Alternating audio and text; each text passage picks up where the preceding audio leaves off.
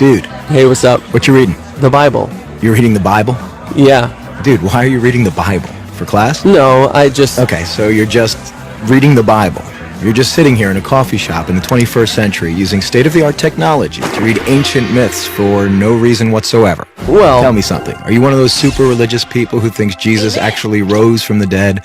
Well, I do believe that. Do you also believe in the Easter Bunny, Santa Claus, unicorns, Bigfoot? Ever been abducted by aliens? And do you buy into all those other ancient myths about dying and rising gods invented by primitive nomadic tribes back in the Bronze Age? No. Okay, so what's the difference between Jesus rising from the dead and all those other fairy tales? Here's the difference.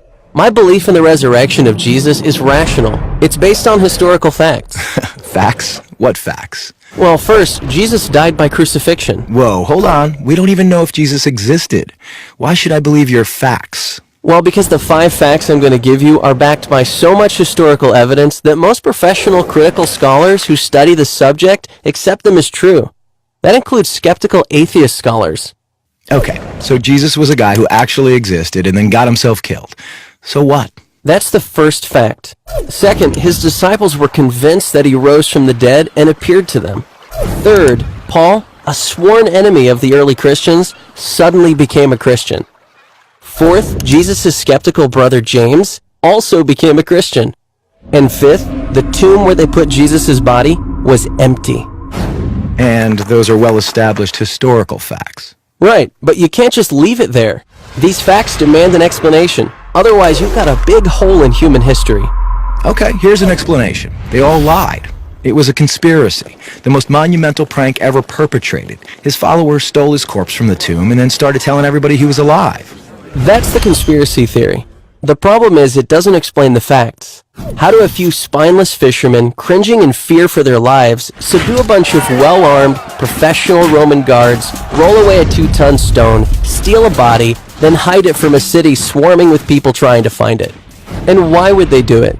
The disciples had absolutely nothing to gain by lying about Jesus' resurrection. In fact, they were persecuted, and we have good historical evidence that 5 of them were martyred because of their claim that Jesus rose from the dead.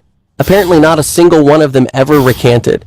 People don't willingly die for something they know isn't true. They were there. They knew whether it was true or not. All right, another theory. The disciples thought they saw Jesus alive after he died, but it was just wishful thinking. They were stressed and just kind of hallucinated. The hallucination theory also lacks explanatory power. 500 witnesses saw Jesus at the same time, and the disciples touched him. Psychologists have shown that hallucinations don't work like that, nor does this explain the empty tomb. Okay, look, maybe there's some other explanation, but the bottom line is dead people stay dead. Rising from the dead would be a supernatural event, a miracle, and science has proven that miracles don't happen. Oh, really? When did that happen? I don't know.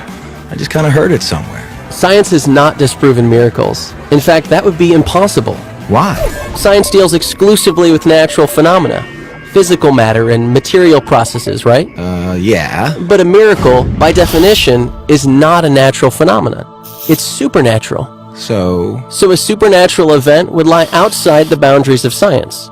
It's logically impossible for science to throw out any hypothesis that lies outside its boundaries. why have I never heard this stuff before? I don't know. Maybe because it's scary? Scary. Yeah.